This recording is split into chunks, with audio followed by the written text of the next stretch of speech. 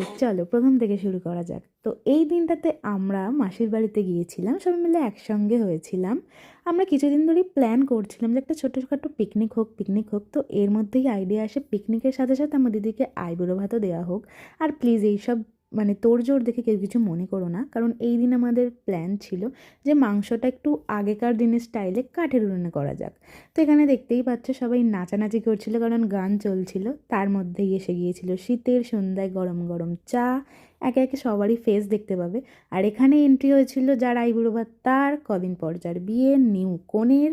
And আমরা একসঙ্গে হলে এরকম প্রত্যেকবারই সবাই ভুলে যাই কার কত বয়স, কি না কি, কে কী কাজ করি, কোথায় যেতে হবে কাল, পরের দিন, সব কিছু ভুলে যাই। সবাই এনজয়মেন্টের মধ্যেই আমরা হারিয়ে যাই।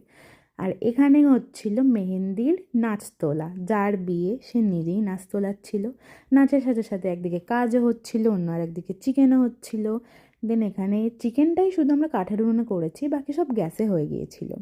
তো আইবুড়ো ভাত দেবো যেহেতু একটু ডেকোরেশন তো করতেই হবে। এখানে হচ্ছিল ডেকোরেশন, অপর দিকে গিয়ে দেখলাম মাসি দিদিকে শাড়ি পরতে হেল্প করছিল।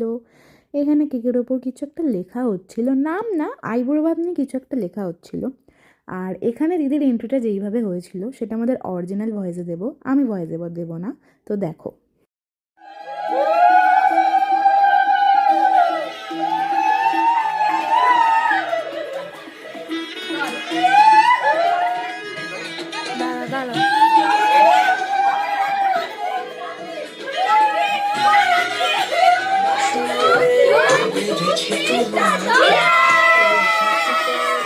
আর একবার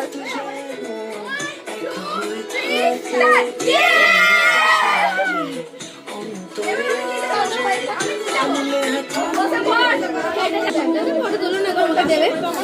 হ্যাঁ, ফটো তুলুন।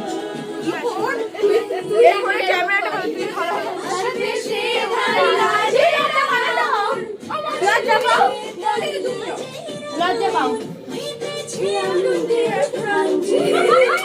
ওকে, তো তোমরা ভয়েসগুলো শুনে বুঝতেই পেরেছো আমরা কতটা এনজয়মেন্টের মধ্যে দিয়ে ছিলাম। মানে কেউ কিছু প্লিজ মনে করো না যদি কিছু খারাপ কথা বেরিয়ে থাকে। যাই হোক, তো এখানে একে একে আশীর্বাদ পর্ব হলো। আশীর্বাদেও 5 টাকা পেয়েছিল, সেই কয়েনটা দেখাচ্ছে।